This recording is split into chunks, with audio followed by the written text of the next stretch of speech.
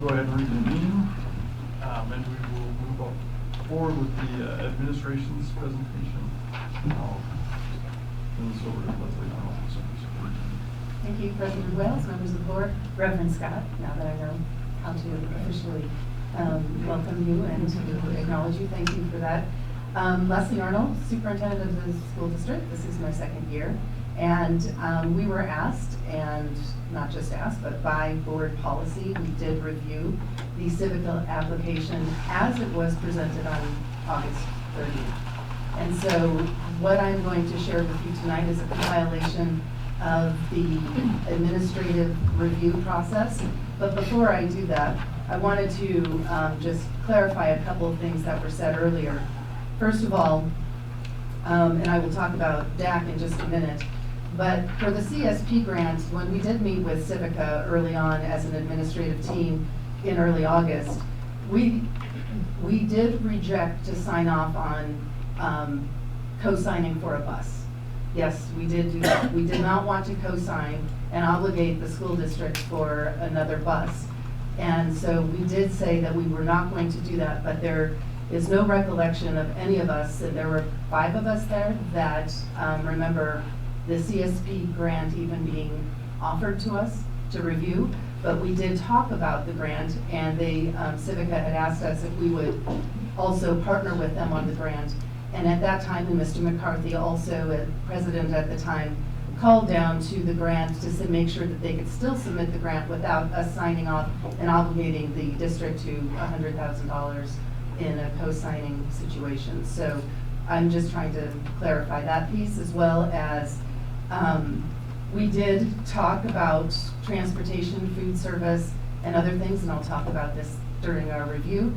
The piece of this is that we didn't not just say you have to wait before your charter. We were also saying we cannot give you a price of what transportation would cost if we have no idea, 1, where your facility is, and 2, where your students are. So this isn't RTD. It's not a $30 bus pass and you hop on and off. It's where do we have to schedule buses to go and at what times. And at that time that we talked about this, we did not see any application. And so, yes, we sat there and said, we cannot give you a price for this because we don't know how many stops there would be. We don't know where your facility would be. So we don't know how far we would have to transport kids and how many kids would need transportation. So that is kind of like a catch-22. I know they need some kind of funding to put in the budget for what this would cost, but we also need to know where all the kids are being located so that we can plan transportation services. And with food service, we did not speak with them about food service because we don't run food service in the school district. Sodexo does. And that was a separate conversation that I don't know if Civica met with Sodexo or not, but that was besides our conversation, if that makes sense. So the first part of the timeline that I'm sharing with you is just some of the things that we went through as far as our review process. I'm not going to read all of this, you guys can see it, but it's basically where when we received a letter of intent, to where we met with them, where we received the application, where we started looking at the components of the application, and then finally, as we held our community members as we were publicly supposed to be doing, and we held 2 of those community members on those dates, those community meetings, excuse me. I have been given a lot of questions about what qualifications do I have, or does my senior administration team or my principals have to review this application. Like everybody sitting at this table for Civica, there is not one person in the school district that's on my team that doesn't love kids, that doesn't want the best for kids, that doesn't want anything that we do to be successful. They, of course, all share the same passion for that. In our senior district administrative experience, we have over 50 years as administration experience. We have working in a school district over 80 years. We have every one of our people that reviewed this application either hold advanced degrees or specialized trainings or certifications within their field. The collective hours, you had asked Ms. Motherman how many hours she put in. I would say we did over 600 hours of looking at this. We reviewed every piece of information on the Colorado League of Charter Schools website, and we were unanimously in agreement to maintain high standards for all of our schools, including setting high standards for approving charter school applications.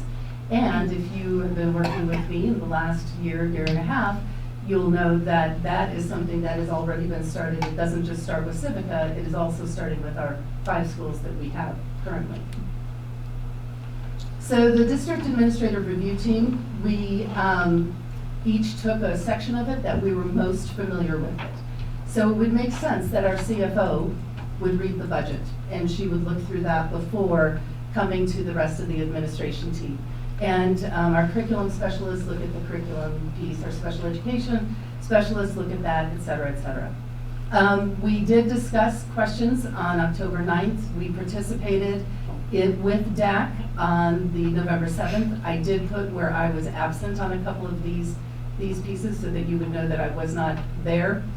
We were asked by DAC to be a consultant, which is in DAC's purview, to ask the school district to help with anything that they may have some issues with. For instance, when DAC starts reviewing the budget, they're not going to be reviewing the budget, the school district's budget, in January by themselves. They will be doing it with Ms. Samborski. She's not a voting member of DAC, but she certainly is knowledgeable and can answer their questions. And that is exactly what we were used as with DAC in this process. We had people participating in the 2 community meetings. I attended the last community meeting here. And then any video that was taken, so if people were not there, Civica did 1 video of the community meeting, and then we do have video of the DAC meeting that you all have as well. And we all reviewed those if we were not in attendance. So the district administrative review team and DAC, we've been getting a lot of, I think you have been getting a lot of misinformation about this relationship. So first of all, we are non-voting members. I oversee DAC. I participate with DAC. I guide their leadership. I'm a non-voting member, as was the board member that represents the board on DAC. But the DAC cannot operate in a vacuum. They do not know what they need to be looking for. They do not know what they should be kind of going towards. And so early in September, I shared with all of the DAC membership that this is something that was on our plate. I brought the Civica application. I told them what to expect, that there was going to be put a lot of time into this, and that if they didn't want to continue with it, that they can certainly get off DAC or come join us later or what have you. And we didn't have anyone drop out, but they did know what they were working towards. So we did help them through the various sections of the scoring rubric. This is, I think, the biggest misnomer that Mr. Horton and others have said to you tonight, is that DAC members had access to every single question for over a month on the same Google sheet that they could edit and change and add and delete for any question that DAC was going to ask during the November 7th meeting. They had full opportunity to review those. They were not all submitted by administration. Yes, there were some that were submitted by administration.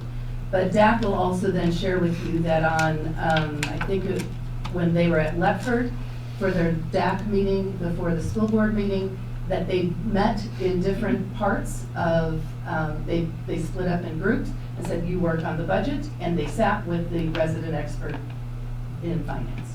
And so the DAC membership had full opportunity to review these questions, to look at the questions, and certainly to provide input if these were the right questions. The questions changed significantly from Lepford to the November 7th meeting. In fact, they got fewer. So we tried to narrow the questions down that would only be towards the rubric, if that makes sense. DAC was informed that there are missing components and of the rubric, and partially meets and does not meet. Because if something was missing from the application that the rubric was requesting, we did tell DAC that you can't score that higher than this. It can't be an exceeds if it's not there and not evident. You have to base your recommendation based on what we received on August 30th. And so that is what the direction that we were giving DAC at that time. And lastly, to say that administration took over the DAC meeting, administration was asked to do that part of the meeting. We were asked by DAC leadership to run and facilitate the meeting. It wasn't that we took over, it was that we were asked to do this, because this is a pretty big deal, and they wanted to make sure for the 4 hours that we had with the Civica team, that we were going to get those questions that the DAC had agreed upon during their time. So I'm going to start going through pieces of the rubric, and I'm not going to spend a lot of time on each of these, because you're going to hear some recommendations from DAC as well. But I am going to share a couple of things of how we scored this and how we looked at it through a district administration review lens. So the first thing is really about the vision and mission statements. And so when we looked at it, does it partially meet what we did with the vision and mission? Do not sufficiently focus on educational outputs. That was a direct question that was asked to DAC as well on the November 7th meeting, is to talk about what educational outputs there were. Yes, that DAC had limited the conversations to the local group that was going to be on the ground working with our students in this community for this proposed charter school. And so we wanted to know is if this group that was here, going to be here every day, would be able to answer these questions and explain more.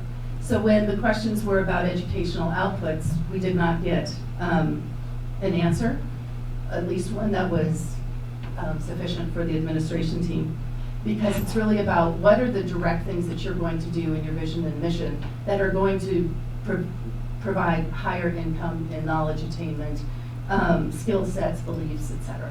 And so those were questions, and you have all the DAC questions as well, board members. The next one, and you'll see that I X'd out a couple of things because the state of Colorado no longer does AYP. So we were asking about accountability measures. And so when we're really talking about goals and accountability and how will you look at, how will you assure that these things are happening and how will you assure that our students, the response that we have is we believe our students will grow faster than their MMS and RHS peers. We asked how. How do you know that? And we could not get a direct answer of how that would happen. And so it's with the curriculum, it's with whatever. I mean, so we were trying to figure out, okay, but how is that going to happen? And that's specifically what we're looking for as we're kind of going through the rubric. And then there were multiple questions about different demographic groups that we were really focused in on. One was being special education, one was being English language learners. And those were questions about interventions, et cetera, that we were really curious about, of how this is going to help these kids and how will you modify and those types of things. As we're moving on with the rubric, this is still on the goals and objectives. So one thing that was a big concern for me as a superintendent, that yes, a charter school is on the side of the district, absolutely. We are still accountable for these children, and we're still accountable for their growth measures, and we're still accountable as a district and as a school board for what is happening in that school to make sure that they are moving towards, through a charter contract, et cetera, that they're moving towards great educational outputs. There were quite a few questions about how you would measure special education, ELL, FRL, and I think I said special education already, and GT. And so with that, what we were trying to get to is with your starting number of enrollment, whether it's 125 or 135, I don't know really still which one it is, but with that starting number is those students will be in an accountability matrix invisible. So your SPED, your GT, your ELL will be invisible in an accountability matrix, because if they match, if Civica matches our school district on percentages of how many ELL students, how many SPED students, et cetera, if they matched it perfectly, they would not have enough students in their first 2 or 3 years in order to get them to be on an accountability measure. They would have too low of an N count, meaning they don't have enough numbers in order to see that. So for 2 or 3 years, they could go without a SPED accountability, without an ELL accountability, without a GT accountability, and without an FRL accountability. Just because of the numbers, they're not going to have the end count for it to even show up on the accountability metric from the Colorado Department of Ed. So what we were trying to ask them about is what about your end count? What can you do besides the school performance framework? What about instead of the SPF, because those kids are going to be invisible for a few years, there was no other accountability measures that we could look at. And one thing that I've shared with all of you, board, is the quality standards for developing charter schools, and it's developed by the Colorado League of Charter Schools. It's like 40 pages in your packet. And part of what they say in this situation is that they could do, this isn't what Civica said they would do, but you could do separate audits, you could do walkthrough, you could pay to have external audits done on these students. I mean, there are other things you can do to show accountability that you are making growth for those kids.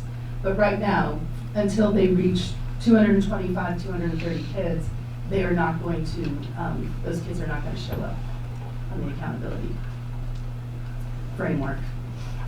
The next piece with this was about enrollment.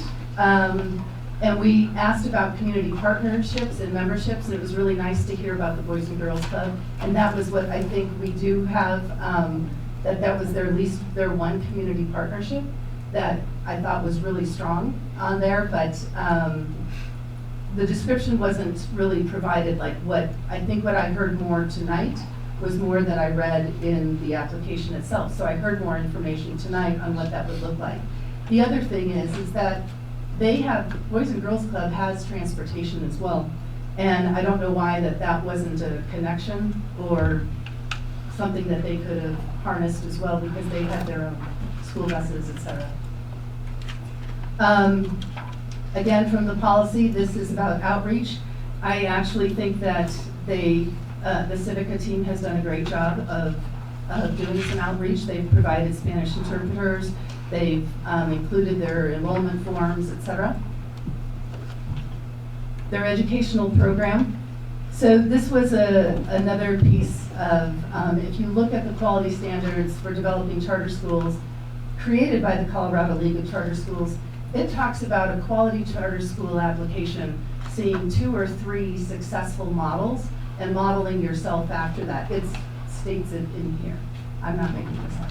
So part of this is we agree, I think, that what we see at Cohia is an amazing application of career and tech ed and pathways, et cetera. I think it's a fantastic, I would love to go see that school in person myself. It seems like it's energized, et cetera. But the thing is if we're doing this here, we have to make sure that the rest of the pieces of this puzzle are in place, because this isn't Florida, and Florida is a long way. I know you're flying in and out, but it is a long flight. And so we have to make sure that what they can do here can be replicated as well. So when we started looking at their instructional needs and really specifically talking about differentiation, we could not get answers from the local board of really what that would look like, what that would feel like, how they would apply their interventions, et cetera. The next piece was also a little bit contentious, well, in DAC as well. But this is about research to support the chosen curriculum. So there is a confusion between marketing and research. When Springboard puts out their research, that's marketing. Springboard's not going to come out and say, we're really bad, but buy us anyway. They're gonna come out and say, look at all the great things we're doing, etc. The Colorado League of Charter Schools even suggests to go to edreports.org, which is where we went, and that's where we pulled the information from for the curriculum that we sent to you. And so what that is an independent research. It isn't about a company's marketing piece on this. It is about the independent research. I totally agree with NWA. We use it. It's something that I think is really correlated pretty tightly to the Colorado, the CMAS, the PARC test. And so they have research specifically done on from independent researchers on that piece. What we were looking for from the curriculum wasn't springboard marketing. We were looking for where's the research that shows that this works.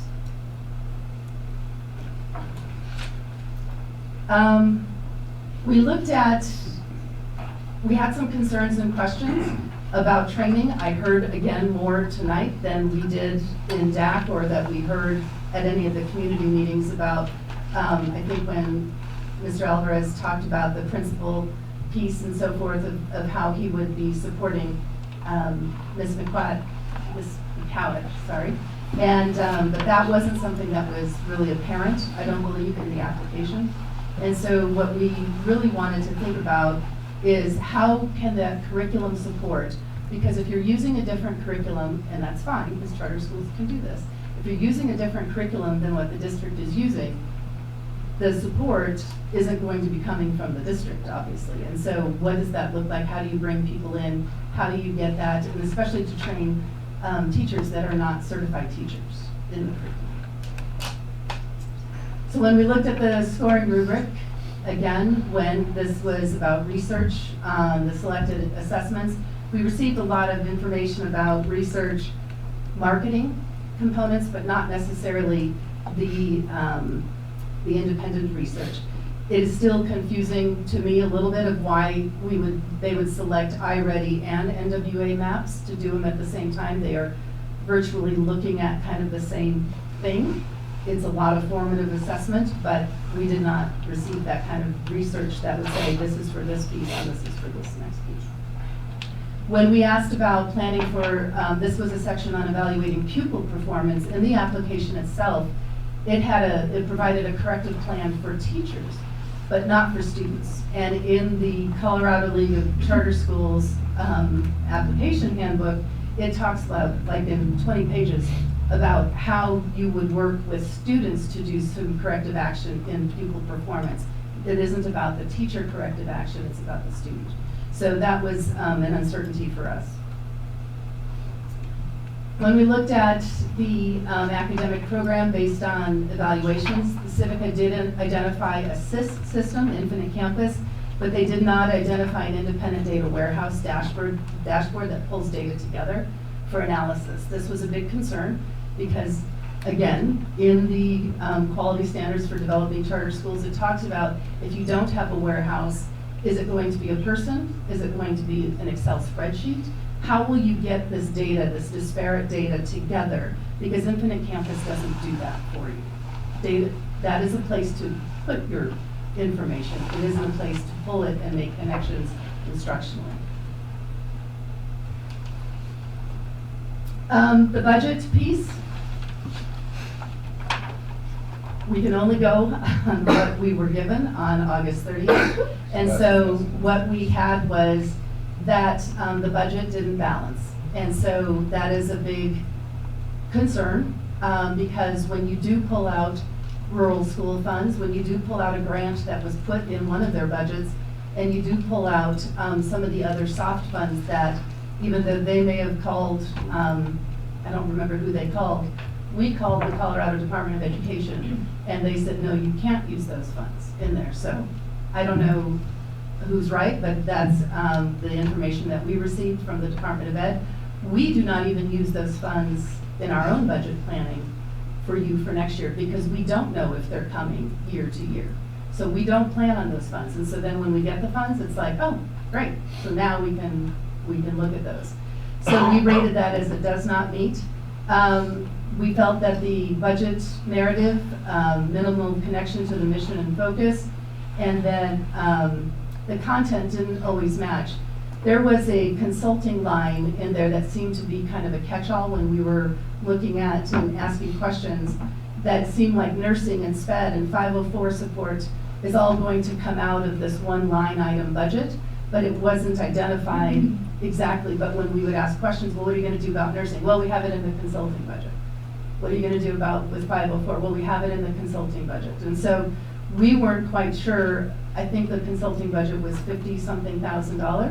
And so we weren't sure how thin that was going to be spread out. We also had a concern, as I said earlier, I mean, just in the application itself, the enrollment numbers, and this was a question we had, they didn't match. So we didn't know which ones that they were using or which ones that they were starting out with. When, yes, you heard about para being miscalculated, there was time when para came out with that for them to correct that, and they didn't. And it wasn't a huge thing. I think it was like a $2,000 budget correction. But when you use that with the soft funds that were put in there, the grant funds, et cetera, that it didn't make it so that the budget would balance over the 5 years. We also, this was a concern, kind of a question, but I don't know if we even received really an answer for this. With KQA right now, we use the same auditor for the finances, and that is really helpful. It's an independent auditor that they look at their budget and their finances as well as ours, and that they come and present to the school board. This would be, what Civica presented is that they would prefer that they have their own auditor. So that was a concern for our CFO. And then when we started looking at the CDE chart of accounts, we started noticing that there wasn't a lot of detail in that itself. And so with that, there's a lot of different categories you can put in and you can start writing out, but we didn't get that from their budget.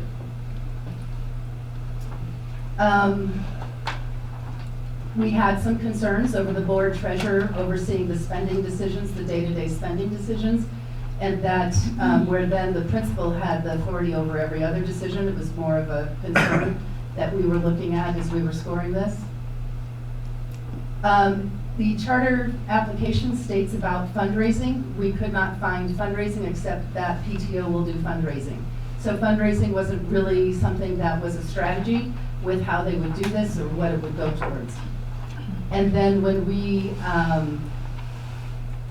looked at the oversight model of just the Civica board itself, we weren't quite certain of the relationship between one of the board members doing all the finance and the budget for the day-to-day expenses, but then Academica taking it on in flow. So we didn't really understand how that would work. This is, seems to come up everywhere I go, but part of this was I have heard that because our team and a lot of our team members don't live in this community, that we could not possibly love the kids as much as we do, but that is simply untrue.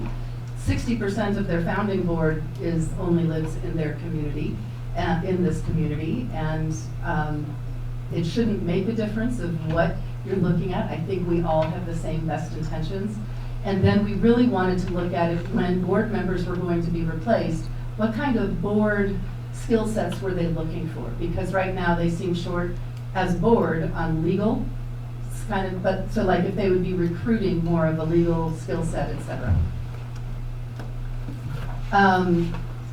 The board election process seemed to be a little unclear to us. And even though they talked about hiring an administrator, then they talked about that they already hired an administrator. We talked about, we looked at they have complied with all the open meeting laws, conflict of interest, complaint policies.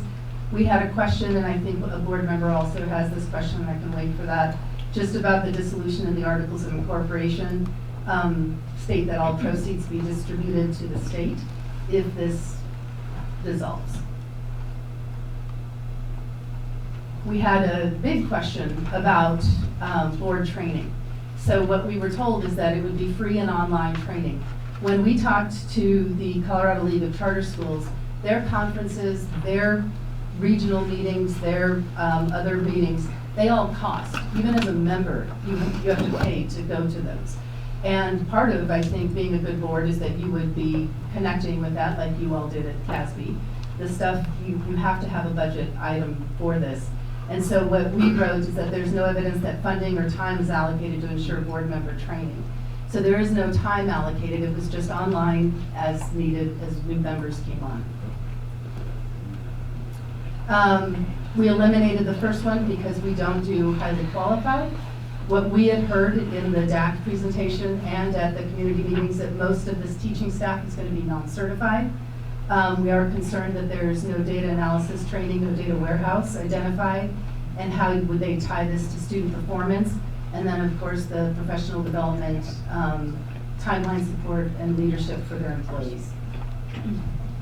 Insurance, they gave all their insurance types and the coverage met applicable requirements. So part of the parent and community involvement, and this was something that we asked as well, I think maybe this was a written response, but part of what the quality standards for developing charter schools from the Colorado League of Charter Schools states is that yes, there's a small group that has this idea and then they kind of grow it and then they start talking more and more and more to the community to get involvement, to get excitement around it, and to get ideas. And so really what we have heard is that only the current board has developed this concept, and not all board members actually are here in the community, and that during the concept development, it was very limited, so that there didn't seem to be a lot of, once Civica came to fruition, that's when people started coming in, and that's great. But it was on the concept piece of it that it was a little unclear. And that's why we did a does not meet on that. And then volunteer requirements were not stated in their application. So what they talked about volunteers in their school, but it didn't talk about the requirements. The diverse audience, they have a Facebook site and a website. They've reached out to the English language learner population. We asked about their enrollment policy for at-risk students, and they do not have a priority. At-risk students do not have a priority in their lottery. There are many schools, many charter schools that do weighted lottery systems. And this could have been an option for them to do this as well, but they did not do this. So to assure that they would have the same amount, that would mean if you were an at-risk student or if you were a special ed student, your weight in the lottery system would go up. You would have more opportunity to join the school. Transportation and food service, we cannot,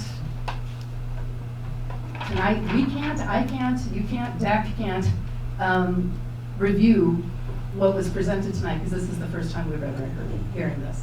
So I think it's really unfair with the transportation and food service to be kind of categorized as that we weren't out there helping them, where we were trying to say, tell us where your kids are, tell us where the bus stops are, how many kids are you going to have, where is this building going to be, and that didn't come back to us.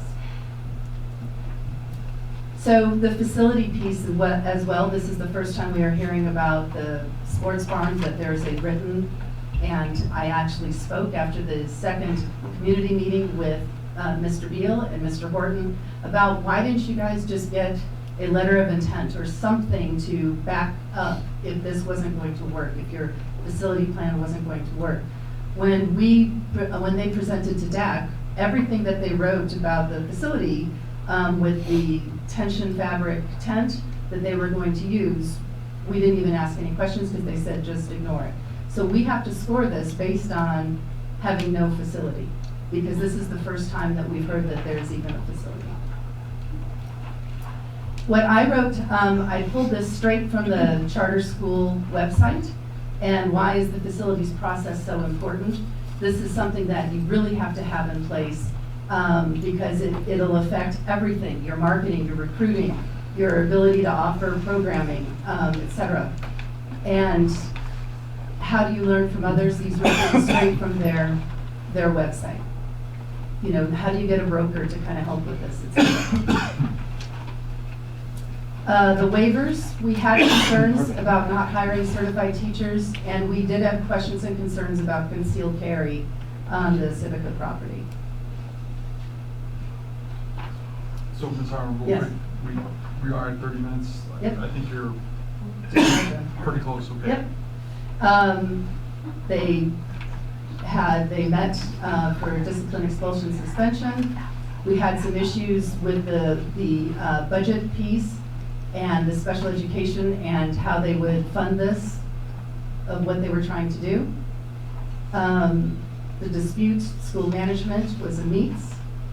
And this is our final slide. So what the WeldRE5J administration at this time is recommending to the school board is denial of the Civica charter school application.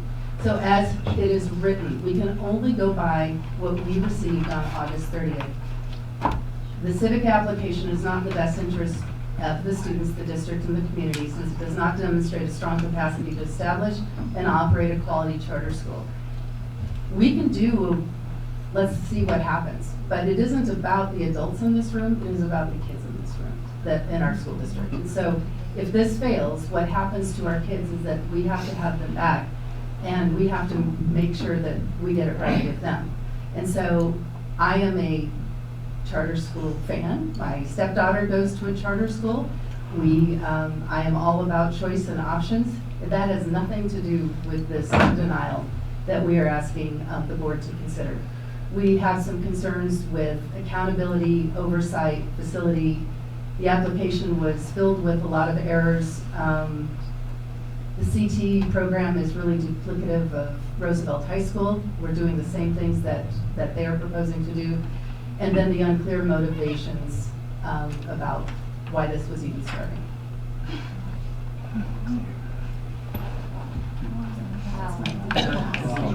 Yes. Thank you. Ladies and gentlemen, do we have any questions for the administration at this time? This is our allotted time for Q&A with administration. Reverend Scott. I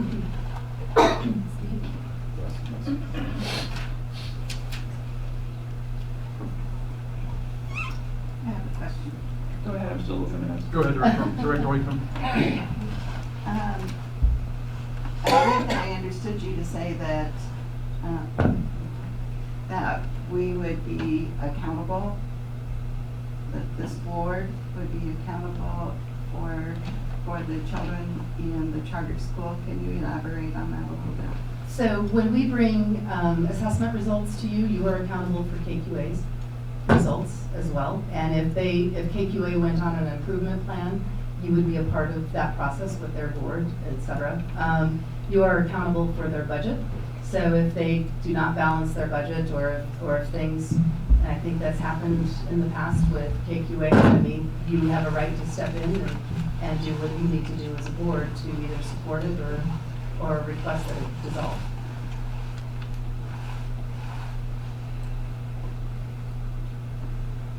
I think one of the questions that I have relates to, I mean, we do have one charter school in our district already. And how does the relationship that's being proposed through Civica differ from the relationship we currently have with our existing charter school? So it's difficult to say because I wasn't here when KQA started.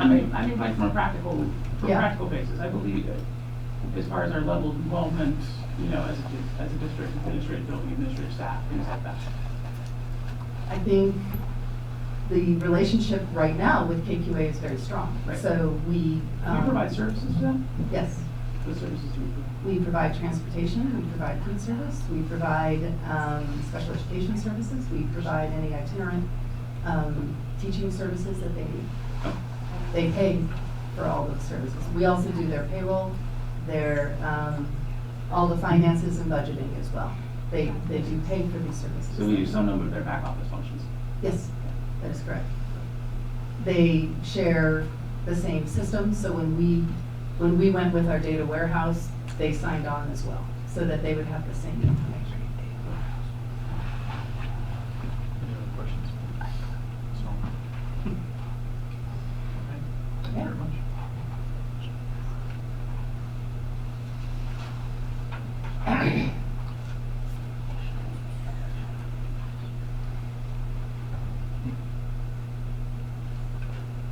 We'll move on to the District Accountability Committee's presentation, and who will be presenting?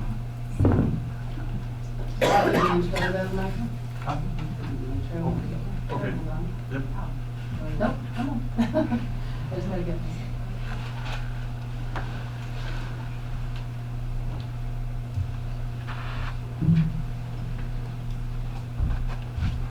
If you could give me a moment to get their presentation out.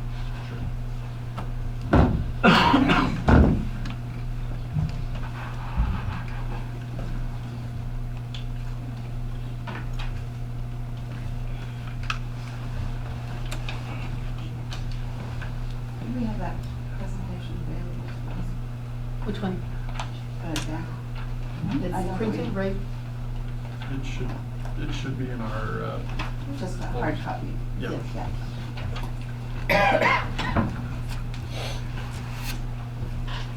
Right. I'm ready. So President Wales, member of the board, Reverend Scott, what part of our district board policy says that I will be presenting for DAC, but with your permission, I'd like to turn this over to the chair of our DAC committee. I don't have an issue with it. Does anybody, any other member of the board? Thank you so much for letting me represent DAC. I'm the chair. My name is Sally Bicella. Thank you, President Wales, board members, and superintendent, and Reverend Scott. Administration, committee members, and Civica. So what we did was we just wanted to present our process so that everybody understood how we did this. These are our members. Like our superintendent stated, the superintendent and the board member that sits and observes and is there for guidance. They are not voting members. As you can see, this committee is made up of parent community members, teachers, administration. And when we say administration, that includes principals of our schools. You can go to the next slide. So I first want to just respectfully point out a couple things that came up earlier in the committee, in the meeting. So DAC is not guided in respect to how we came across our recommendations, our strengths, our concerns. We were given a Civica application book on September, the first meeting that we met. Like the superintendent stated, it was definitely stated that this was going to be a huge commitment for us, and everybody decided to go all in. I respect all of my DAC members. I know that they worked really hard on this, and that all of us were committed to the excellence and the review of this application. I also want to make another point too, is that it is not DAC's place to say whether a charter school is needed or not. I come from a charter school background myself. My kids went to a charter school. I believe in options for parents and students. DAC is a place, and correct me if I'm wrong, is to review the application that is presented to us to the best of our ability. And I think that we did that. So we also were invited to attend the Civic and Community Informational meetings. I was not able to go to the first one. I did attend the last one. I know several of our committee members did the same. You can go next one. So in our meeting, on our second meeting actually, we broke up into subcommittee groups, and we basically took this application, which was a book, very comprehensive, and we broke it up into sections. And as chair, I think that having somebody in each subcommittee group who actually has knowledge in budget, in academia, in the curriculum, in human resources, is important, because I am a parent. So I will speak for DAC, and I believe that we all agree that I felt that was needed, to really look at this application and be fair. Because again, we all care about our students. And if this school moves forward, we want it to succeed. So we went ahead and broke up into subcommittee groups, and then we evaluated it through the rubric that was given to us in the actual application. And we came up with questions that we were going to ask at the November 7th meeting with Civica.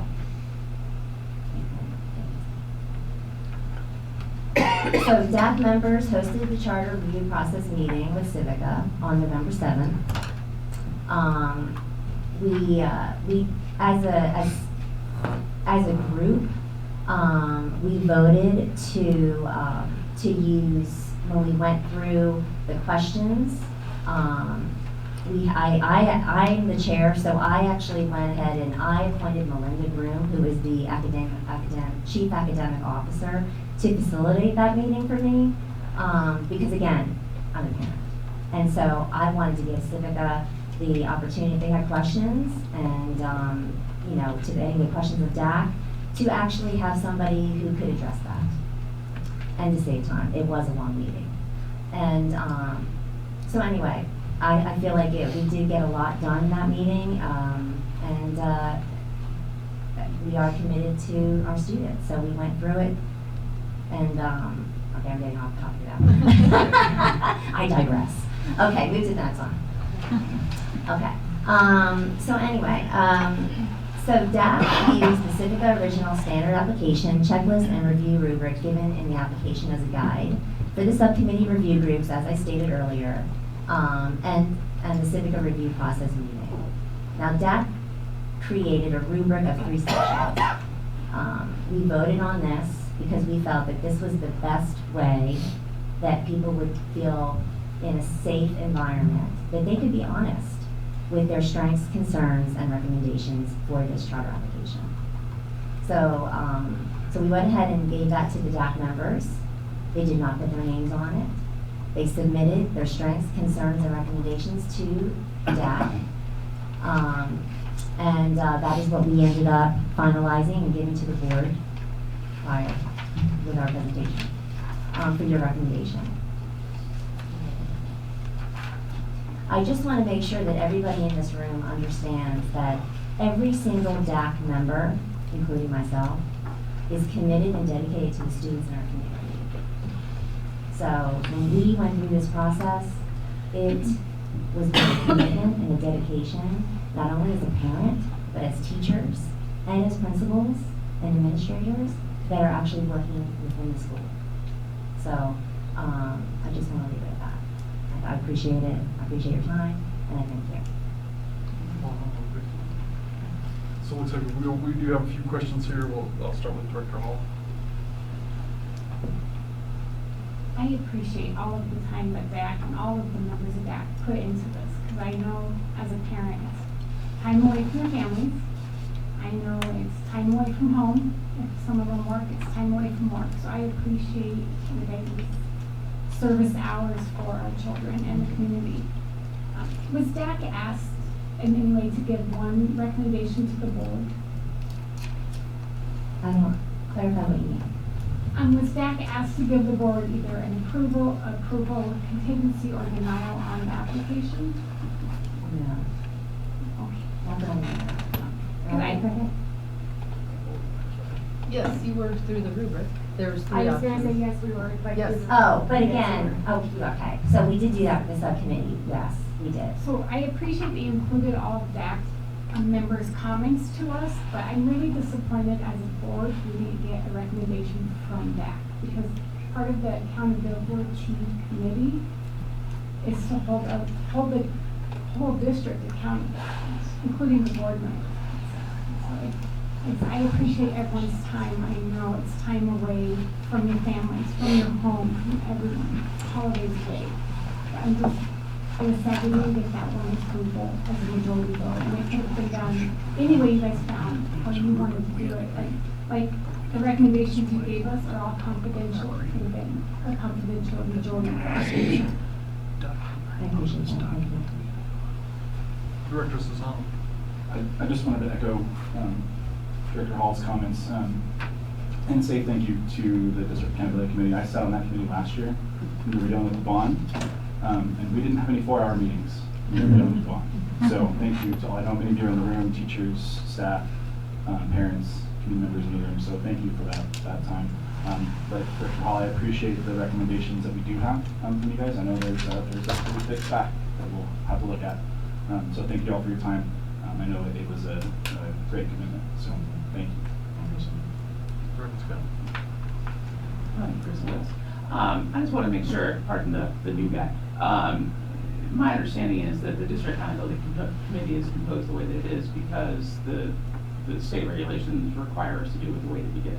Correct. Correct. And the rubric that was followed as part of both your evaluation an administration evaluation that originated with, The application. with the application, but the grading rubric originated with the, Some board policy, Colorado Charter, League of Charter Schools and CDE. yeah, okay, and that's the Yes. author. The author is the Yes. charter, the Colorado League of Charter Schools. Yes. And we as board by board policy Adopted adopted that. that, without, with change or without change?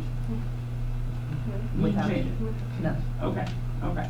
So I again want to say thank you to the process. I also just want to let people know that, you know, the process that we have followed, we follow that whole process, is the process that was prescribed to us from multiple sources and authorities. And I appreciate you all dedicating your work to that task. I'm not going to ask you how many hours you spent, because I think I'm going to run into too many zeros if I add it all up. But your time was well spent and well worth it, and was helpful, so thank you. Thank you so much. I'd like to also end with, so to Sarah Hall, I just want to address your comment. I'm sorry that you felt like we didn't give you enough in regards to a yay or nay. But I know that for DAC, we felt like, well, how we decided and voted to give you those strengths and concerns and recommendations. If you look at the rubric at the bottom, it did have strengths, concerns. And so again, it was important as chair that every single member felt that they could be honest with their strengths, concerns, and recommendations. And as you know, this is a very divided topic, not only within our community, but also within DAC. And so it was just important that each member felt validated. And so that's why I appreciate that. Ms. Pachella, I just like to echo everybody's thanks for your service in the DAC, and I would ask that you pass that along to the members of the DAC as well. I will make a note of that as things are done. I was a member of the DAC as this process started as the board liaison to that. I did withdraw myself from it just because we are serving in this quasi-judicial position with this application. I felt that it was important that I remove myself from the discussions you were having so that nobody felt influenced, that I wasn't going to be influenced by anything that was going on with you guys. But I do appreciate the work that you guys. Do you have anything else? You got about 5 minutes left. Do you have anything else? Okay, any other questions for Ms. Michelle? Thank you very Thank much. you.